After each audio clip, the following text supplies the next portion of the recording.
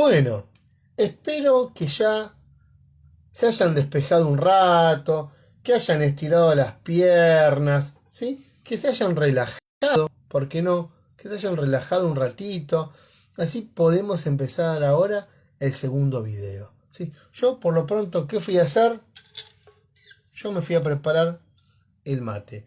Así ahora puedo acompañarlos, ¿sí? Tomando un matecito mientras estamos trabajando, ¿sí? Y aprendiendo juntos este curso de operador socioterapéutico. Porque aprenden ustedes y aprendo yo, ¿sí? Acá la enseñanza es bidireccional, no solamente es el docente el que baja los contenidos y el alumno es el que aprende, sino que también este ida y vuelta, si sea a través de consultas o a través de que uno se sienta a seguir preparando las clases que ya conoce, los contenidos que ya vio, siempre hay una mutua afectación en esto. Así que en esta mutua afectación de aprendizaje, yo me voy a preparar el mate para poder continuar con la clase de hoy, ¿sí? Bueno, bien. Dijimos que habíamos llegado hasta cumplir o ver toda la unidad número 2, ¿sí? Así que ahora comencemos entonces con la unidad número 3. Bien. La unidad número 3 es la que hace referencia o se titula, o el capítulo número 3 del material, ¿sí? A ver, habla concretamente sobre el operador socioterapéutico en drogadicción, sobre esto que estamos estudiando, para lo cual nos estamos formando, ¿sí? Por lo tanto, hace hincapié de lleno en el operador socioterapéutico en drogadicción. Comencemos entonces con la definición. El operador socioterapéutico en drogadicción, podemos decir que es un técnico, ¿sí? Es personal técnico, es un agente de salud que está formado rigurosamente en el campo de las adicciones, está formado rigurosamente en el campo de la drogadicción, ¿sí? A ver, formación que no tiene que cesar con este curso. Es una formación que no cesa nunca, nunca. Es decir, esta formación tiene que ser continua, tiene que ser permanente y además, yo digo tiene que ser porque es sumamente necesario. Entonces, como definición, dijimos que es un técnico, es un agente de salud que está formado rigurosamente en el campo de las adicciones y que debe de mantener una formación continua. ¿Por qué? Porque tenemos que estar actualizados en nuevas sustancias, en nuevos problemas, en nuevos tratamientos, en nuevas metodologías, en nuevas formas de abordar la problemática. No nos podemos quedar solamente con unos contenidos. Continuamente tenemos que ir perfeccionándonos y actualizándonos en este campo en el cual estamos metiéndonos, ¿sí? El trabajo del operador socioterapéutico en drogadicción está orientado a la prevención, pero también y sobre todo, ¿sí? Reformularía yo, si bien el trabajo del operador está orientado a la prevención, no hay que olvidarse que por sobre todas las cosas, ¿sí? El rol o el trabajo que va a hacer el operador socioterapéutico va a estar orientado, ¿sí? A que el individuo, ¿sí? Consiga, se sostenga en la abstinencia durante su tratamiento y además va a estar orientado a que el operador le brinda herramientas, ¿sí? A este individuo, estas herramientas necesarias para poder continuar, ¿sí? Con su abstinencia después de la terapia o después de la alta terapéutica, cuando ya no esté más contenido por este equipo. Cuando hablamos de la palabra operador me suena a operar, suena a intervenir, a actuar, a generar. Es un rol sumamente activo, no es un rol pasivo, ¿sí? Un rol que tiene que ver con el cambio, con una adaptación al cambio, ¿sí? Con alguien que se involucra, no solamente se involucra y se convierte en un estímulo para el cambio del otro, ¿sí? Se involucra en la problemática a tal punto que comienza a ser un estímulo para el cambio del otro, con el testimonio muchas veces, ¿sí?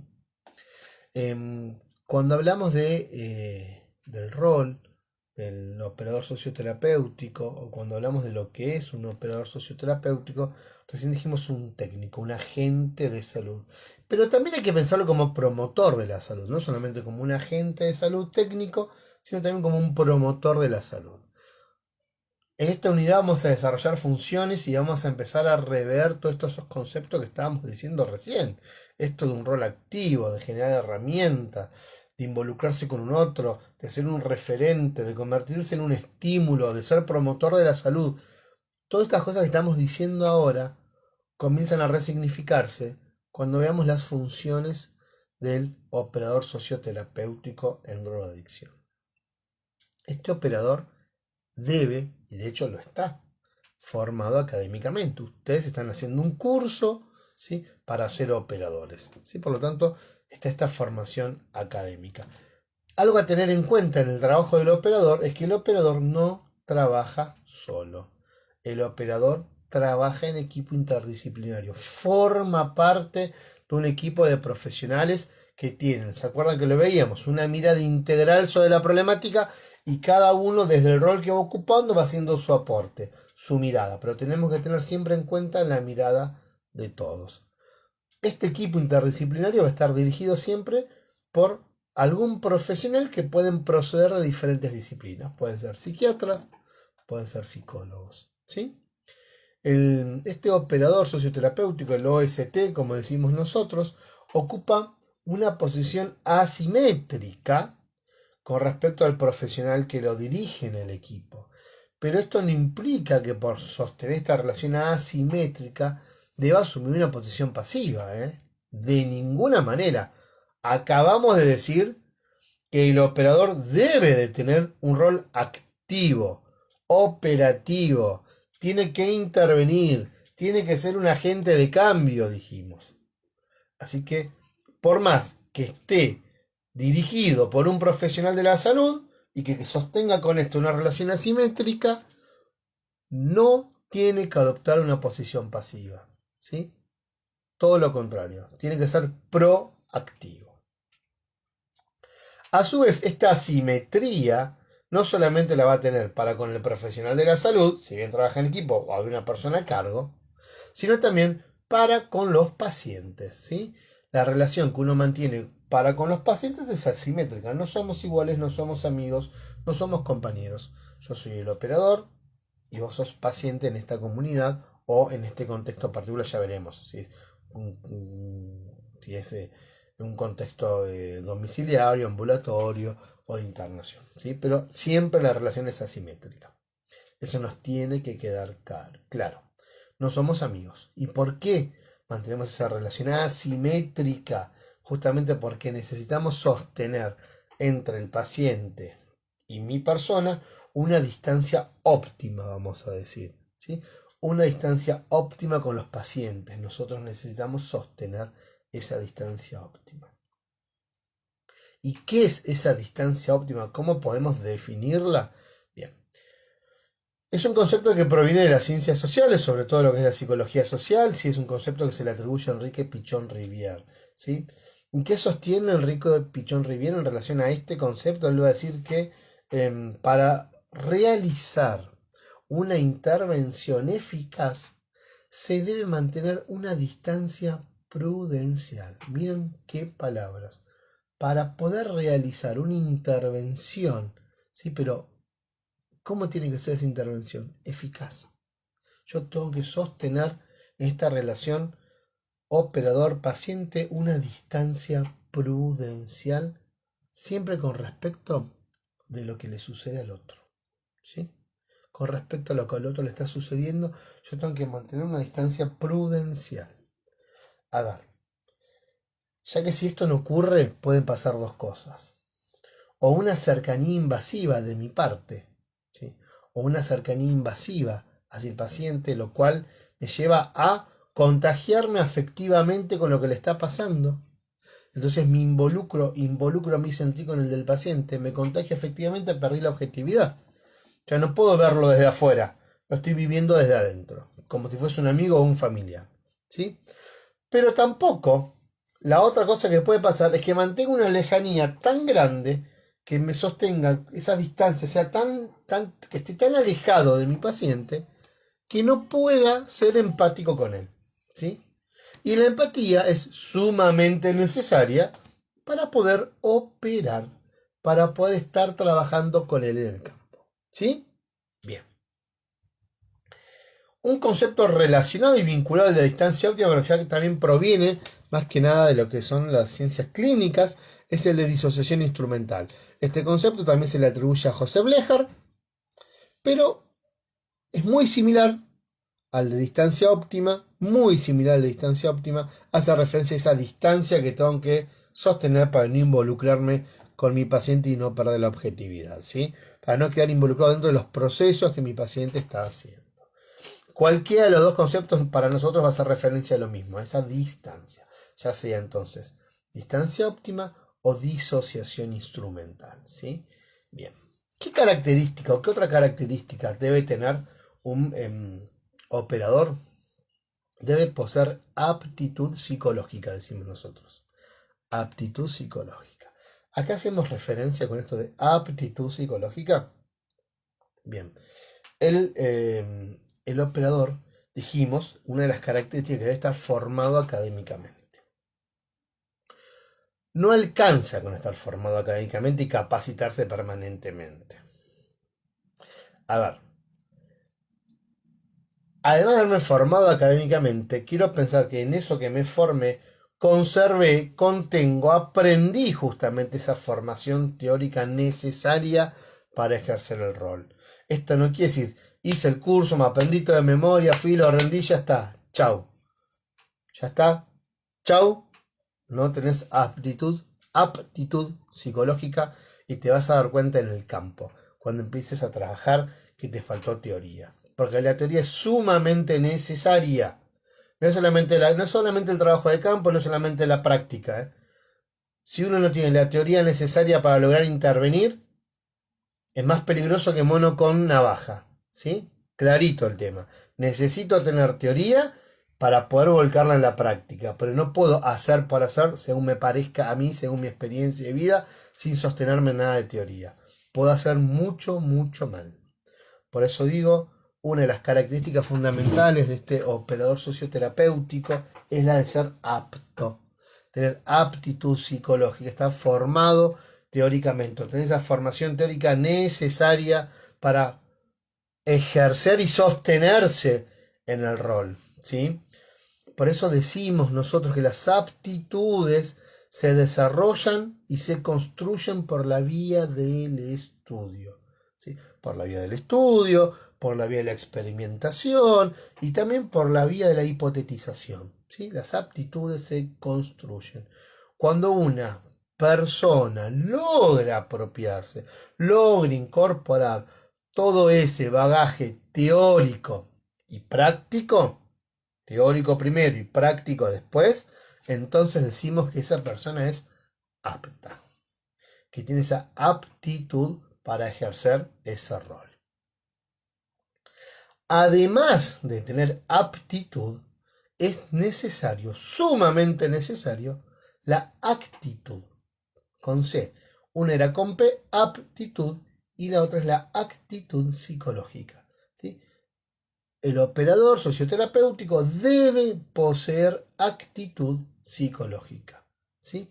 ¿Qué es la actitud? Es esa manera que alguien está predispuesto frente a determinadas circunstancias o a comportarse de determinada forma o esa forma de obrar que tiene, ¿sí? La actitud tiene que ver con el talante, ¿sí? Con la forma de ser, con la manera que uno se para frente a determinadas circunstancias. Puedo tener mucha teoría, la cual la necesito, pero también necesito de la actitud, ¿sí? Esto de cómo me voy a parar, cómo me voy a sostener, qué talante, qué presencia voy a tener al momento de tener que trabajar, ¿sí? Entonces, aptitud con P y actitud, ¿sí? es la actitud que debe tener cada operador cuando desempeñe sus funciones. ¿Sí? Cuando hablamos de actitud psicológica, hablamos de eso, esa actitud que debe tener el operador cuando desempeñe sus funciones. ¿Sí? Principalmente, la idea de respeto y siempre velando por los demás, cuidando a los demás. Pero hay otro concepto a tener en cuenta que tiene que ver y está estrechamente vinculado al de actitud y al de distancia óptima, es la idea de inteligencia emocional. ¿Qué gestión tengo yo de mis propias emociones?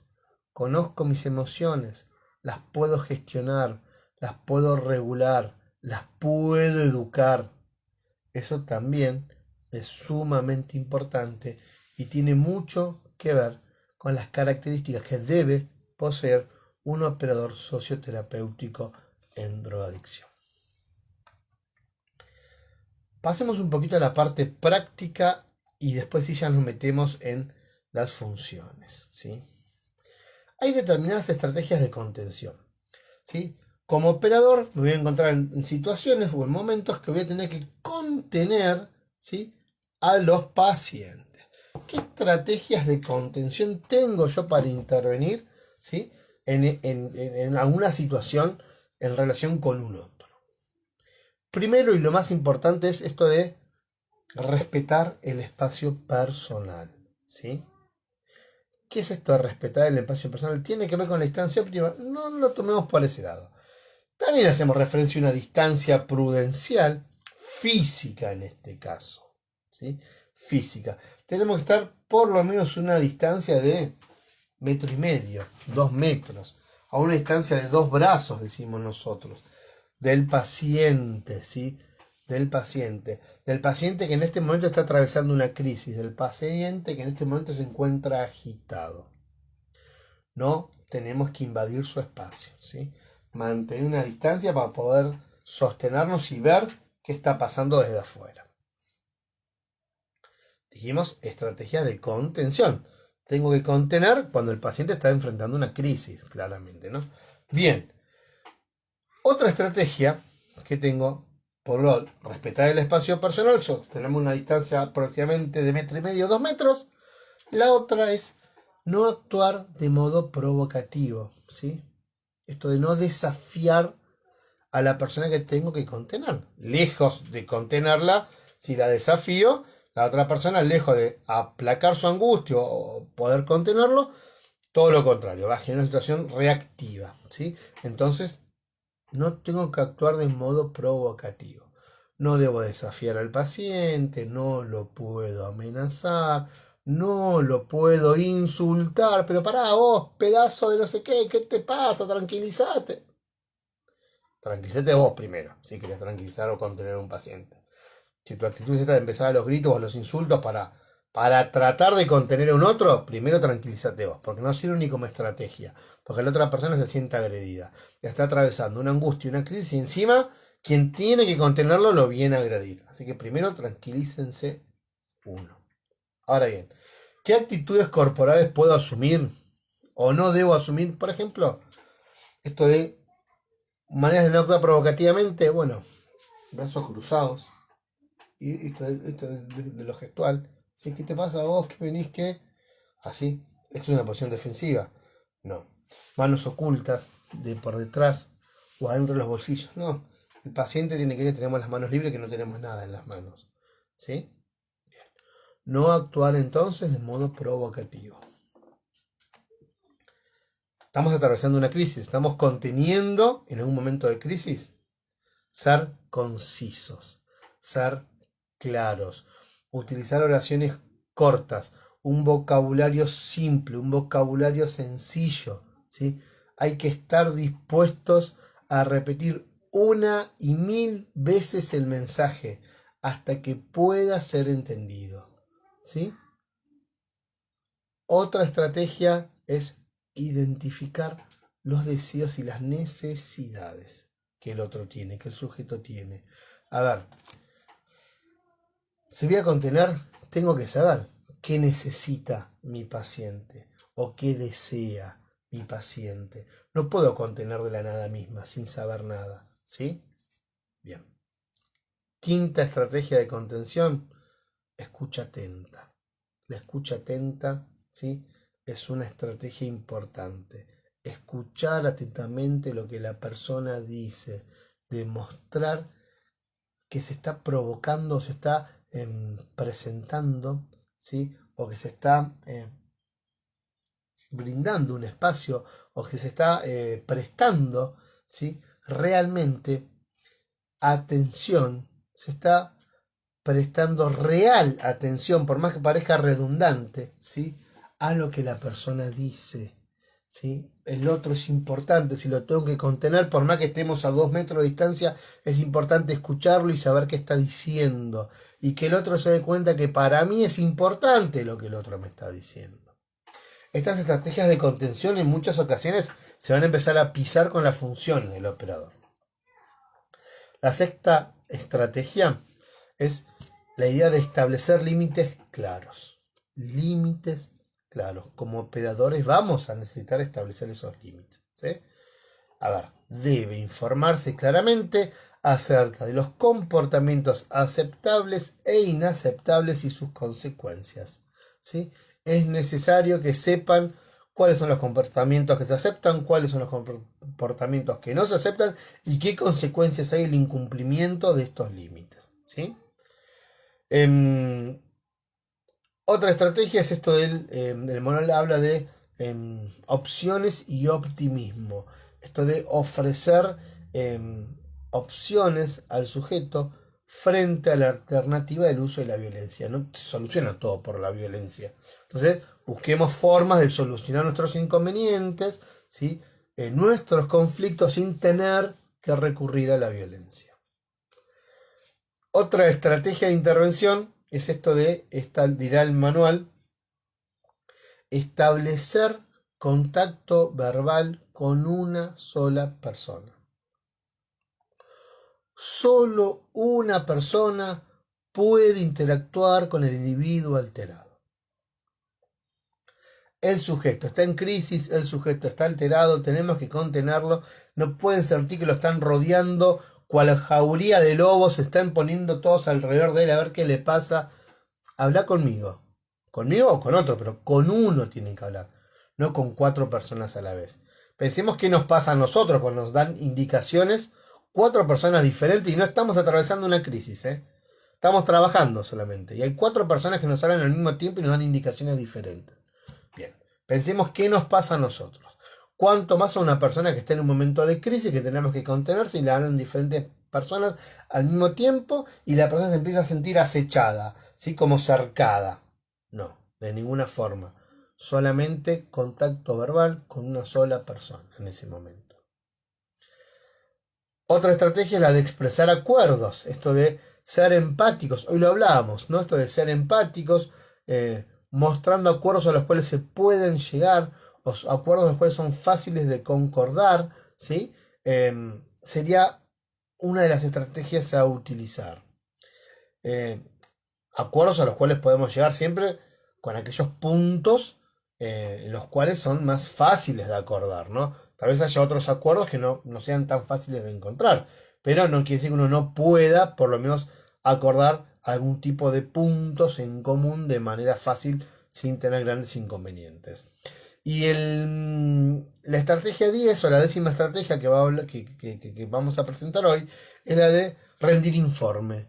Bueno, frente a cualquier intervención es necesario informar a la persona, ¿sí? ¿Por qué se realizó tal o cual intervención? ¿Sí? ¿Por qué se realizó tal acción o dicha acción? Esto de rendir informe. Entonces, luego de cualquier intervención involuntaria, uno debe contar qué pasó. ¿Qué pasó? Y en relación a las acciones voluntarias, también tenemos que rendir informe. Pero acá estamos hablando de algo más involuntario, ¿sí? Que frente a una reacción que pueda llegar a tener la persona que estamos conteniendo. Sino también debemos de rendir informe de todo lo que pase. Bien. Avancemos un poquito más con lo que es rol y funciones del operador socioterapéutico en drogadicción.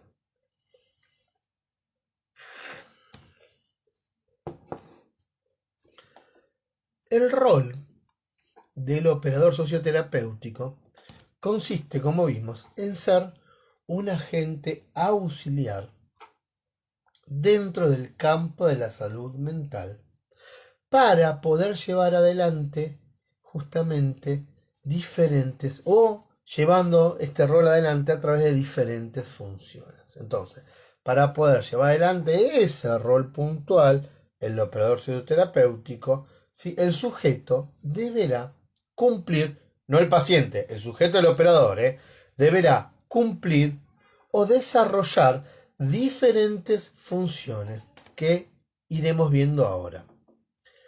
Cuando hablamos del rol del operador socioterapéutico, hacemos referencia a la palabra rol. ¿Qué quiere decir rol? ¿Sí? Bien, la palabra rol, etimológicamente hablando, proviene del griego roló. Es la definición más antigua. Después pasamos por la latina, después pasamos por la que es vinculada al francés, y vamos ascendiendo y descendiendo. Pero la versión más antigua, etimológicamente hablando, es la griega, que dice que la palabra rol proviene de la voz griega rollo, ¿sí? Y el que a su vez esta significa guión o guiones. ¿Y por qué guiones? Porque hace referencia a esos guiones que utilizaban los actores griegos en sus comedias para darle vida a sus personajes. Bueno, esos rollos largos tipo papiro, bueno, esos eran, rol viene de rollo, viene de rollo, quiere decir rollo. Esos rollos que utilizaban, esos papiros que se utilizaban, ¿sí? Hace referencia a eso. Cada actor griego tenía un rollo distinto y en cada rollo aparecía un personaje, ¿sí? Entonces eran estos guiones que utilizaban estos actores para darle vida a esos personajes. Ahora bien, tomando una definición un poco más académica, tal vez no tan lingüística, ¿sí? Podemos decir que los roles son estructuras o esquemas básicos de comportamiento y que van a variar de acuerdo a la función social que estemos interpretando en el momento. Es decir, los roles son funciones sociales. Podemos hablar, cuando hablamos de roles, de diferentes tipos de roles o hacer una clasificación clásica de estos roles. No vamos a profundizar mucho más el tema de roles, vamos a hablar un poco más ahora, pero sí les quiero aclarar que hay una unidad que habla de roles y que la vamos a abordar en una clase exclusivamente, ¿sí? Pero para tener una idea general de lo que son los roles, vamos a hacer mención a una clasificación, ¿sí? De roles, que se la suele decir clasificación clásica, donde se habla de 3 tipos de roles diferentes. Los primeros roles son los roles adscriptos. ¿Qué son los roles adscriptos? Son aquellos roles que se dan de manera natural y no pueden ser de otra manera.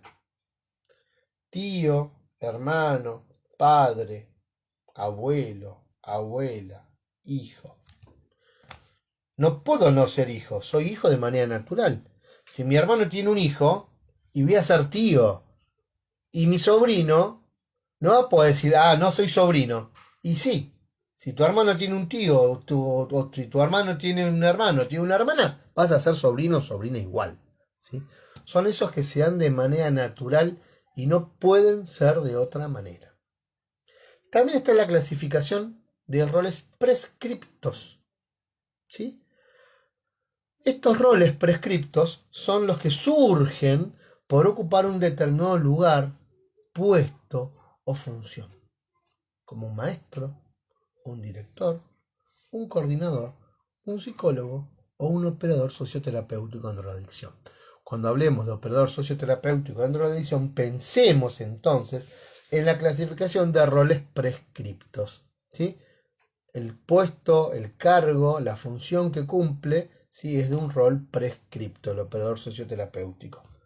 En un contexto laboral, claramente, en un contexto personal, es hijo, es padre, es abuelo, es tío, es sobrino, por lo tanto también va a cumplir roles adscriptos este sujeto.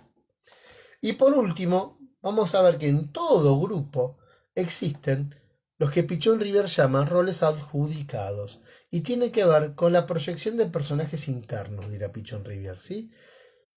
Estos roles que llamamos adjudicados, que se van a asumir y adjudicar de manera inconsciente, los vamos a seguir desarrollando en la unidad número 5, ¿sí? Lo que nos tiene que quedar claro es que cuando hablamos de roles es mucho más profundo que la idea de que el rol es solamente una función social. Tenemos mucho más para profundizar, no lo vamos a abordar de acá, bueno, vamos a ir de tema, sino que ya directamente lo vamos a abordar cuando trabajemos o profundicemos sobre la idea de grupos y roles en la unidad número 5. Bien, como ya dije, para poder llevar adelante su rol, el operador socioterapéutico deberá cumplir o desarrollar diferentes funciones, que en este caso serán 5. ¿Sí? Perdón, serán 13. No sé dónde saqué 5. Serán 13 funciones. ¿Cuáles son esas funciones? Acompañar, escuchar, integrar, integrarse, convivir, contención física y emocional, análisis de conducta, estimulación, comunicación, discriminación, fortalecimiento psíquico, articulación de redes, psicoeducación y por último, prevención y promoción de la salud.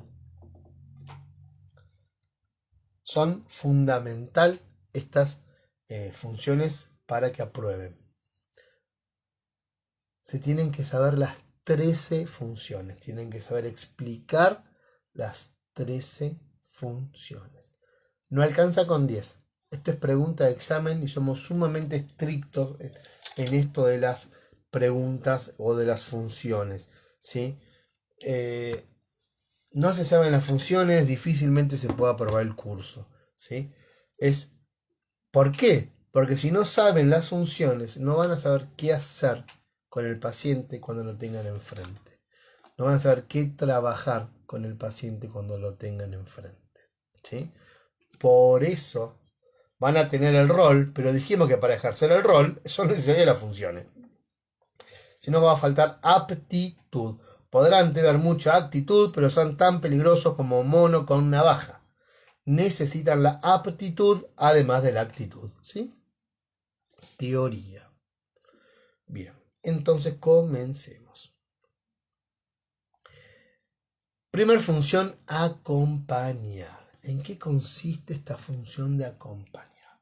Acompañar quiere decir estar con. Estar con el paciente, estar de manera vivencial, codo a codo, con el paciente. No solamente estar con el paciente, ¿sí? Sino que además la función de acompañar va a hacer referencia a ir al mismo paso, al mismo ritmo que el paciente tiene. Voy con mi paciente a su paso o a su ritmo o al ritmo al paso que me establece el equipo, ¿sí? Si voy muy adelante, puedo llegar a generar situaciones en las cuales el paciente no pueda llegar a enfrentar o a poder manejar, por lo tanto, la imposibilidad de poder resolver esto va a generar frustración, entonces tengo que evitar estos momentos de frustración, entonces tengo que ir a la par, ¿sí? El operador socioterapéutico lo que va a hacer es insertarse en la vida cotidiana del paciente, ¿sí? Ya sea en su domicilio, en una institución, porque puede estar internado, ¿sí? O de manera ambulatoria, puede estar en una internación ambulatoria o en un centro ambulatorio, ¿sí? Lo importante es que el operador lo que va a hacer es trabajar a un nivel vivencial, ya lo dijimos varias veces, trabaja a un nivel vivencial, no a un nivel interpretativo. Dentro del equipo interdisciplinario sí va a haber profesionales que trabajen a un nivel interpretativo. Nosotros trabajamos a un nivel vivencial, ¿sí? Bien. Siguiendo las consignas que el terapeuta de cabecera o el profesional a cargo del equipo nos baje, ¿sí? O hayamos, siguiendo el plan de trabajo que hayamos armado entre todos. Bien. En este acompañar que va a ser el operador, va a tener que, además de acompañar, va a tener que contener, va a tener que trabajar sobre las ansiedades, las angustias del paciente y sobre todo, como vimos en las estrategias, en los momentos en que el paciente esté en crisis. La segunda función sobre la cual vamos a trabajar es la función de escucha. Escuchar.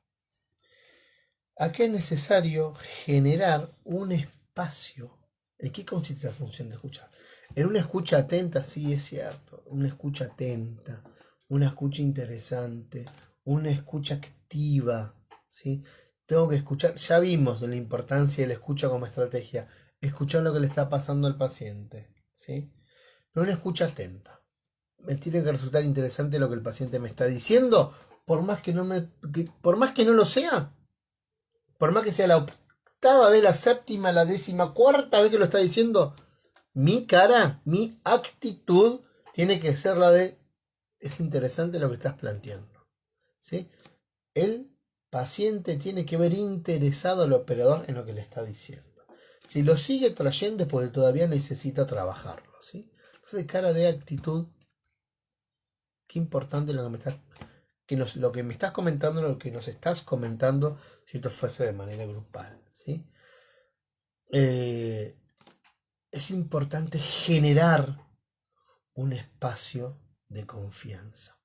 Fundamental generar un espacio de confianza, ¿sí? Un espacio donde el sujeto pueda abrirse. Fundamental, donde pueda confiar y depositar lo que le está pasando. Es sumamente necesario. Pero cuidado, porque esa confianza tiene que seguir, tiene que estar resguardada por la confidencialidad. Lo que me está contando mi paciente es entre él y yo o en el grupo. No es para que yo lo saque fuera de ese contexto y no se lo vaya a contar a nadie. Las únicas personas habilitadas a escuchar lo que yo pueda llegar a decir de alguno de los pacientes es o son los integrantes del equipo interdisciplinario si amerita el tratamiento. Si amerita el tratamiento, ¿sí? Si no, tampoco. Si no, tampoco. Si no, chusmerío. Digámoslo en criollo, es chusmerío. Otra de las funciones es la función de integrar e integrarse. Es la idea de que yo me integro en la vida de mi paciente para conocerlo. Y una vez que lo conozco, voy a trabajar la integración de él en el contexto. Hablábamos de generar redes en la clase pasada. Bueno, yo puedo seguir generando redes conociendo a mi paciente. Yo puedo decidir sacarlo del aislamiento y sumarlo al contexto, pero si yo lo conozco a mi paciente, si no, las estrategias que utilice no van a servir, porque no les va a interesar, no van a resultar productivas puntualmente con este sujeto. Cada paciente es único y las estrategias que yo tengo que plantearme son aquí y ahora con este sujeto, ¿sí? Por eso necesito integrarme en su vida para conocerlo y de esa manera lograr integrarlo a él en este contexto, ¿sí? Integrarse también tiene que ver con esto de asistir en determinadas situaciones, ¿sí? Al paciente. Estas situaciones que muchas veces tiene que enfrentar el paciente, ¿sí? Situaciones conflictivas y que no está pudiendo hacerlo, resolviéndolo solo, entonces necesita de mi presencia. Me integro para integrarlo. Me integro para ayudarlo a trabajar sus conflictos, sus situaciones conflictivas, siempre respetando sus tiempos, ¿sí? Su espacio, sus recursos. La siguiente función, sobre todo si hablamos de que lo acompaño en el ámbito familiar, ¿sí? O de manera domiciliaria, es la función que hace referencia a la convivencia, ¿sí? Si yo trabajo desde lo vivencial con él en su domicilio, lo que me va a pasar es que seguramente, también en la parte de internación, porque no deja de ser el lugar donde está viviendo el paciente. Lo que seguramente me va a pasar es que voy a ser testigo de determinadas situaciones que en otras circunstancias, si yo no estuviese ahí, no las vería. Entonces soy testigo de esto, soy una especie de testigo privilegiado, podríamos llegar a decir, ¿no? Entonces hay que ser respetuoso de este lugar que estamos teniendo dentro del equipo. Ahora, también el estar ocupando ese lugar me termina convirtiendo en ciertos aspectos en una especie de agente catalizador, ¿sí? En una especie de agente catalizador de las relaciones familiares y el paciente, ¿sí? Y como yo voy a ocupar, objetivamente debería ocupar un lugar neutral, ¿sí? Muchas veces voy a quedar en medio de situaciones familiares o situaciones que tengan que ver con el entorno familiar. Y el operador justamente funcionará, como les dije, como una especie de árbitro cuando las situaciones familiares así lo pidan. ¿Sí? Una especie de situaciones conflictivas siempre. Lo que es importante es que el operador lo que tiene que tener presente, ¿sí? Es que no se ramifiquen los síntomas del paciente, ¿sí? En la familia y muchas veces evitar que la familia no sabotee el tratamiento que el paciente está haciendo. Nosotros trabajamos con el paciente, inevitablemente va a estar la familia.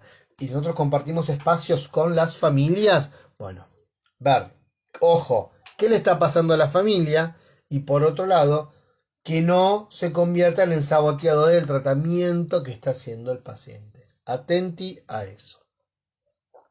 Otra función más, contención física y emocional. A ver, ya hablamos de lo que es la contención emocional. Dijimos que hay que estar, ¿sí? Contenerlo en sus angustias, en sus crisis, ¿sí? Hay que estar ahí con el paciente codo a codo desde lo vivencial, ¿sí? Y esta contención física y emocional se va desde el inicio del tratamiento hasta la finalización del tratamiento. El operador pasa a ser un soporte, un continente, un envase que contiene la angustia, la ansiedad, el miedo, la desesperanza y también las alegrías, la gratitud del paciente en muchas circunstancias, no solamente lo negativo. Ahora, cuando hablamos de contención física, cuando yo tengo que contener físicamente al paciente, cuidado con eso. Cuidado. Cuidado. Tengo que contener físicamente al paciente cuando así la situación lo amerite. A ver, si está en peligro su vida, si está en peligro su salud, su integridad. Si no, no. Ya hablame cuáles eran las actitudes que tengo que tener, cómo debo contener, qué estrategias tengo. Distancia de 2 metros o de 2 brazos, ¿sí? No una actitud agresiva, ¿sí? Podemos contener desde lo verbal, físicamente, y sí, si el paciente está en una crisis, se empieza a dar la cabeza contra la pared, y sí voy a tener que contenerlo. Si el paciente se empieza a autolastimar, y sí voy a tener que contenerlo. ¿Queda claro?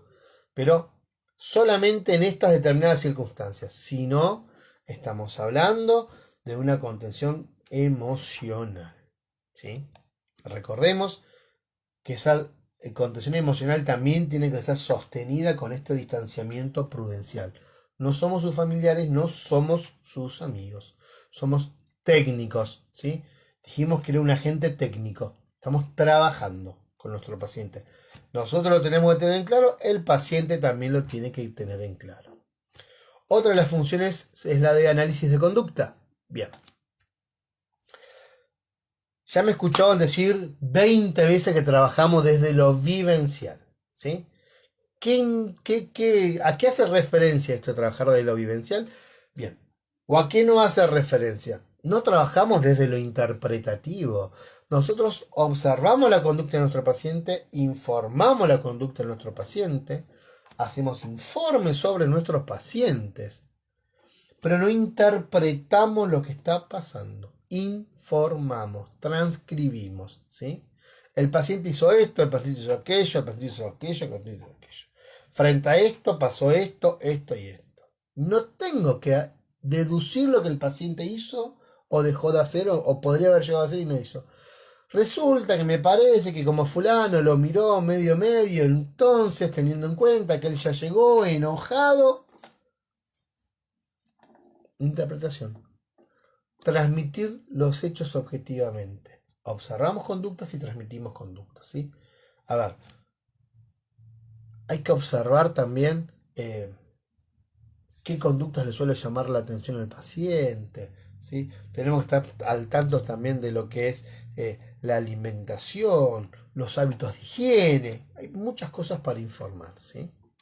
No interpretamos, ¿sí? Trabajamos un nivel vivencial, transmitimos lo que observamos. Otra de las funciones es la estimulación.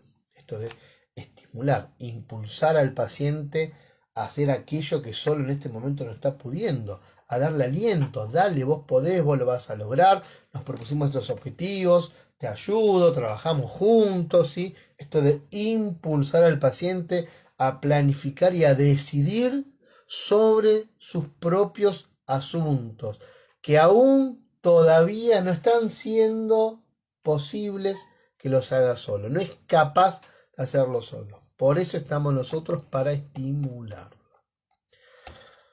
Otra función, la comunicación. Una comunicación, ¿sí? Ya sea entre nosotros y el paciente o entre nosotros y el equipo. La comunicación tiene que ser clara, franca, directa, dialéctica, precisa, fiel, ¿sí? El operador brinde información fidedigna al equipo y al paciente, obviamente, ¿sí? Vuelvo a destacar esta idea. Información fidedigna al equipo sobre el comportamiento del paciente. Análisis de conducta. Sobre el comportamiento del paciente. No brinda información que le parece que iba a hacer y que no hizo. Si lo hizo, lo hizo. Si no lo hizo, no lo hizo. Si se comportó así, se comportó. Si no, no se comportó. Guarda cuando empezamos a mentir por los pacientes. O cuando empezamos a informar cosas que no se cumplieron. O nosotros sabemos cuando estamos redactando el informe si estos están así como yo lo estoy diciendo, le estoy tratando de vender una situación al equipo. Y si le estoy tratando de vender algo al equipo, ¿por qué? Porque si no es así, no estoy siendo objetivo, algo está pasando. Cuidado con eso. Novena función, discriminación. Acá ya de por sí les digo, está bochado el que diga que esta función tiene que ver con la idea social o colectiva que tenemos de discriminar, de una discriminación social. Ah, es adicto, te discrimino.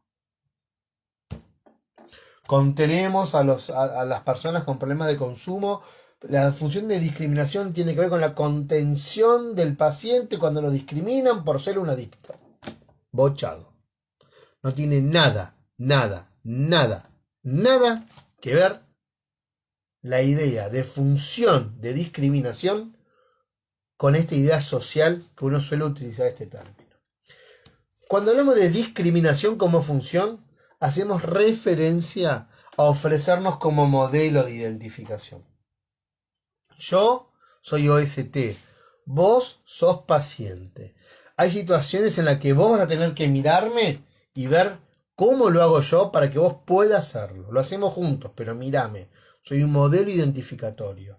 Va a haber situaciones en donde yo te voy a prestar mi yo, que ya vamos a ver qué es eso de prestar el yo, cuando veamos psicoanálisis, porque yo tengo un yo fuerte y vos tenés un yo débil. Yo te voy a dar mi yo para que podamos hacer las cosas, para que vos puedas hacer las cosas. ¿Sí? Función crucial, chicos. Así que ya les voy diciendo, el que ponga en un examen la T función discriminación tiene que ver cuando la T contiene al paciente en los que lo discriminan por ser un adicto, bochado, no leo más. Acá llegamos, no entendimos nada. ¿Sí? Función número 10. Fortalecimiento psíquico. Bien. A ver. Esta función tiene que ver con la idea de la creatividad. Con la idea de que hay que reforzar y desarrollar la capacidad creativa del paciente. Ustedes podrán decir, ¿pero qué tiene que ver esto? Sí. ¿Qué es la creatividad? Desde este punto de vista, la creatividad hace referencia justamente a encontrarle soluciones nuevas, ¿sí?, a problemas viejos, darle una vuelta, ¿sí? Esto de darle una vuelta nueva, buscarle una solución nueva a una problemática ya existente. Función número 11, articulación de redes. Bien. Sobre esto ya hablamos, de la importancia de las redes dentro de la problemática de consumo. Esta función apunta justamente a que nosotros colaboremos y ayudemos al paciente a reconstruir su trama social que está empobrecida, ¿sí? Esta trama social que hoy en día por algún motivo este paciente tiene o está viviendo esta situación. Bien, necesito fortalecer esta trama para sacar al paciente de ese aislamiento, reducir su aislamiento, ¿sí? Ya estuvimos trabajando sobre esta función. Función número 12, psicoeducación. Bien. Ya estuvimos hablando de esto, de brindarles herramientas al paciente para los momentos de crisis, cuando ya no esté dentro del tratamiento, cuando tenga el alta. Hace referencia a eso, a enseñarles técnicas al paciente o a los pacientes que le permitan reconocer y resolver factores psicosociales de estrés. Es decir, facultar al paciente con herramientas frente a determinadas circunstancias. Cuando se encuentra en una situación estresante, tenga las herramientas para poder enfrentarlas, ¿sí? Y para eso necesitamos transmitírselas, enseñárselas y brindárselas. Psicoeducación. Última función. Prevención y promoción de la salud. Bien. Para hablar de prevención, ya vamos a abordar este tema, ¿sí? Tiene que ver con esta idea de trabajar en el ámbito de lo preventivo. Estar un paso adelante de lo que pueda llegar a pasar, ¿sí? Ahora, ya vamos a abordar. Dijimos que que el OST trabajaba no solamente, ¿se acuerdan? Desde la prevención. Así que ya vamos a ver qué es eso de la prevención. Bien. Y cuando hacemos referencia a promoción de la salud, hacemos referencia a generar, a crear, a fortalecer en el paciente hábitos saludables. A generar hábitos saludables en la vida del paciente. Bien. Chicos, hasta acá la clase, el video de hoy y la clase de hoy. Cualquier duda, cualquier consulta, ya saben, en los comentarios del video y en unos días lo estaremos respondiendo. Chicos, muy buena jornada. Nos estamos viendo en la próxima clase.